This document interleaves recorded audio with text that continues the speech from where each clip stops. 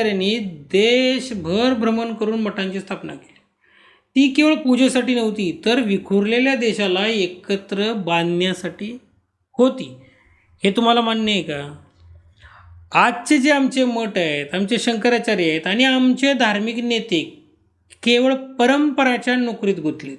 म्हणजे आदी शंकराचार्यांनी सुखाचा त्याग करून विद्वानांशी शास्त्रार्थ केला. आजचे गुरु केवळ मठात बसून प्रवचन देत आहेत. गावागावात जाऊन धर्म जागवणारा शंकराचार्य आज कुठे हरवला हा मला प्रश्नच पडतो कधी कधी. मग कारण का माहिती आहे का, तुम्ही जर बाहेरच निघले नाही, तुम्ही त्या लोकांच्यापर्यंत पोचलेच नाही ज्यांना धर्म माहीत नाही, तुम्ही पोचायच्या आधी दुसऱ्या धर्माचा व्यक्ती, दुसऱ्या पंथाचा व्यक्ती तिथं पोचतो, त्याला तो त्याचा धर्म सांगतो.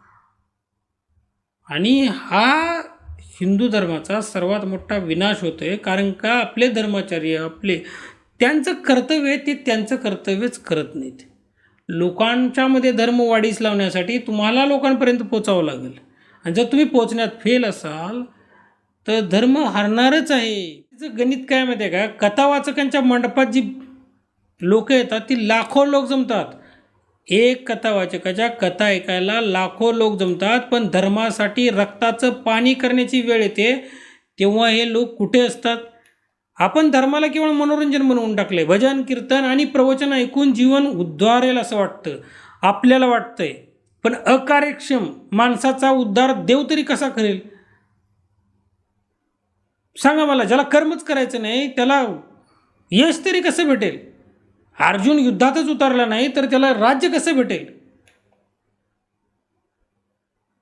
नाही भेटणार. शोभायात्रा की केवळ प्रदर्शन असतं आमचं. आम्ही रामाची शोभायात्रा काढतो, गणपती उत्सव साजरे करतो, अन्नदान करतो, हे सगळं चांगलं आहे. पण आपल्या मंदिरावर जेव्हा संकट येतं तेव्हा त्या मंदिराची रक्षा करण्यासाठी आमच्याकडं अर्जुन तयार आहेत का? आम्ही फक्त देवाला नमस्कार करायला शिकलो, पण देवाची मंदिर वाचवायला शस्त्र आणि शास्त्र दोन्ही लागतात हे विसरलो आपण. मंदिराची रक्षा कोण करणार? कोणी नाही. तुमच्या धर्माचा अपमान होतोय,